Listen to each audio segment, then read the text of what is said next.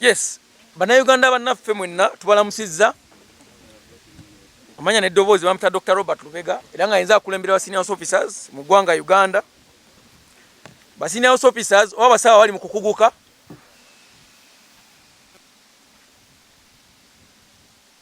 be basawo abafuna dda degree esooka era nga bali registered n'ekitongole ekifuga abasawo mu Uganda ekya Uganda Medical and Dental Practitioners Council era nga bakomyewo okukuguka mu disciplines ez'enjawulo.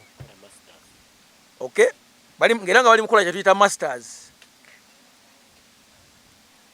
Be bano abasawo abakuguka ne bafuuka abasawo b'abakyala oba obstetricians and gynecologists, abasawo bakola ku by'obwongo, okay, oba psychiatrists, abasawo bakola ku ndwadde z'amagumba oba orthopedic surgeons, abasawo bakola ku ndwadde eziwangaala oba physicians, abasawo bakola ku ndwadde z'abaana oba pediatricians n'abalala.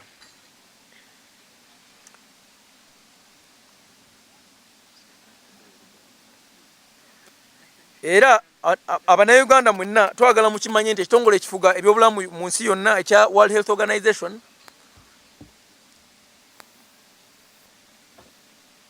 kigamba nti eggwanga lyonna okuba mu bulamu abantu mu ggwanga lyonna okuba mu bulamu obulungi, omusawo omu oba dokita omu alina okuba nga alaba abantu 100, abantu atasukka 100. Naye mu Uganda we twogerera kati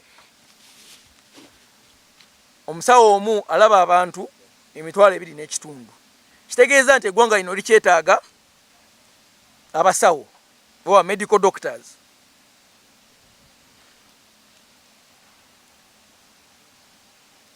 Era olw'ensonga eyo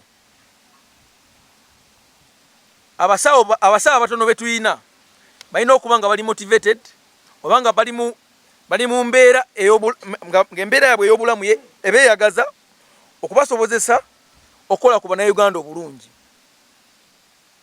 Era nga tubadde tuzze twogera nti ebikozesebwa mu malwaliro gaffe bitono ddala, era nga twawulira nti budget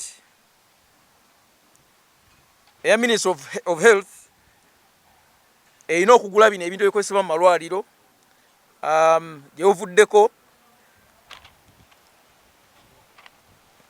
yasalwako, era nga ebikozesebwa ebibadde ebitono ne byeyongera okuba ebitono ddala.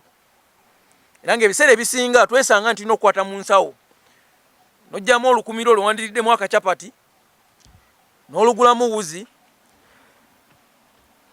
osobole okutaasa obulamu bw'omunnayuganda. Era nga okunoonyereza okwakolebwa ekitongole ekifuga abasawo bonna mu Uganda ekya Uganda Medical Association kyalaga nti amalwaliro ga gavumenti ebitundu 60 ku buli 100 ebirina okubeeramu abasawo tebiriimu basawo, ate nga baspecialist oba abasawo abakuguse bo ebitundu 7 ku buli 100 tebiriimu basawo, naye ng'ate bano abasawo tubatendeka buli mwaka.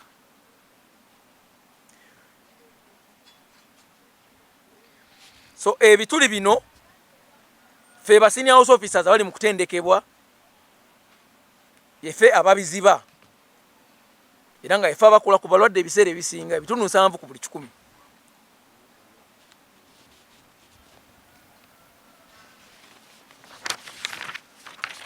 Era kinajjukirwa nti na mwezi nga 16 February 2023 lwali lwakuno olwa wiiki ewedde, abasawo bali mu kukuguka aba senior house officers batuuza akakiiko, era nga kino kyava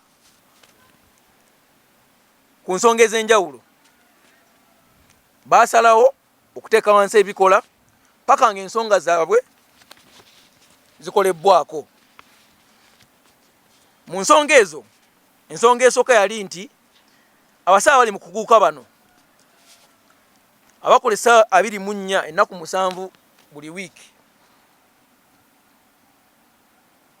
baali tebasasuddwa nsako yaabwe kumala emyezi 4 kuva mu Oktoba paka February mutuli.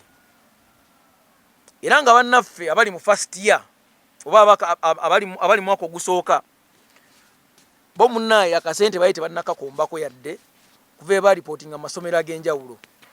Bannaffe Makerere wano okuva we ba reporting mu Oktoba tebalaba kasente. Bannaffe ab'Ekabaale bo ba reporting mu August omwaka oguwedde nga tebalaba kasente. Ate ng'era ne bannaffe abali mu mwaka ogwokubiri n'ogwokusatu Embalala nga baali batutte batwala emyezi 6 nga tebasasulwa nga ali mwaka ogusooka. Era nga yetwogerera wano kana akasente tebakalabangako. Kyetwebuuza kiri nti kasente kalagawa?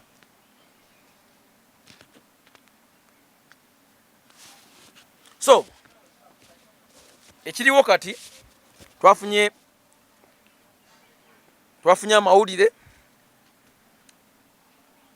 agalaga nti minisitule y'ebyobulamu yakutte ssente za myezi 2 ez'omwaka oguwedde Novemba ne Desemba nesasulako bannaffe abamu sente neziweereza ku malwaliro.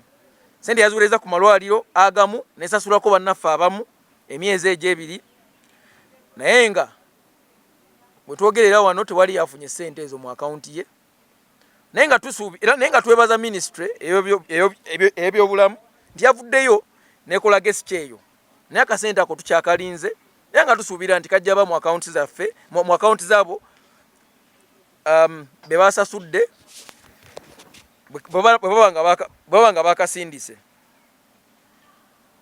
Era twafunye eŋŋambo oba amawulire agalaga nti ekitongole kivunaanyizibwako ebyensimbi mu Uganda oba Ministry of Finance, Planning and Economic Development tebannaba kuweereza kasente kalina kusasula ba senior house officers emyezi gino gye babanja.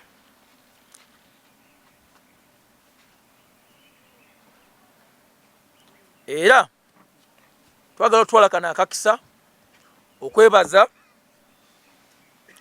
akakiiko ak'ebyobulamu mu Parliament akakulemberwa Dr. Charles Ayume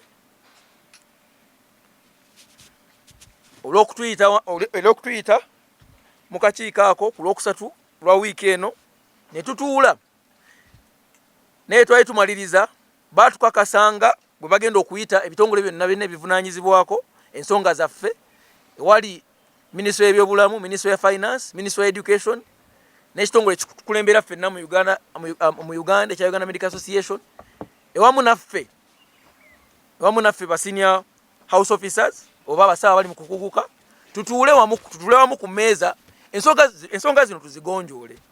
Twagala okukakasa bannayuganda nti ffe ng'abakulembeze oba ffe nga abasawo bali mu kukuguka twagala nnyo okutuula wansi ne bannaffe abali Ministry of Health, basinia baffe oba bakulembeze baffe nabo bonna bekikwatako okulaba nti ensonga zino zigonjoolebwa, tuddeyo tukole.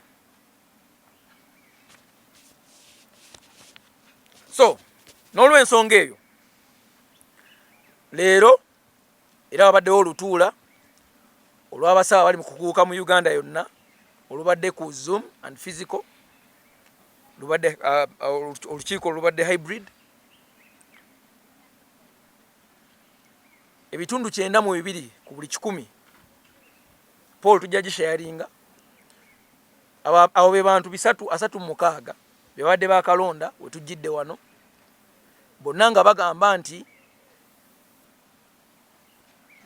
akedimo kaffe kakyagenda mu maaso paka nga ensonga zaffe zikolebwako. Era nga tusuubira nti ministry evunaanyizibwa ku byensimbi egenda kukolera wamu ne Ministry y'ebyobulamu ne Parliament bafune ensako eno gye tubanja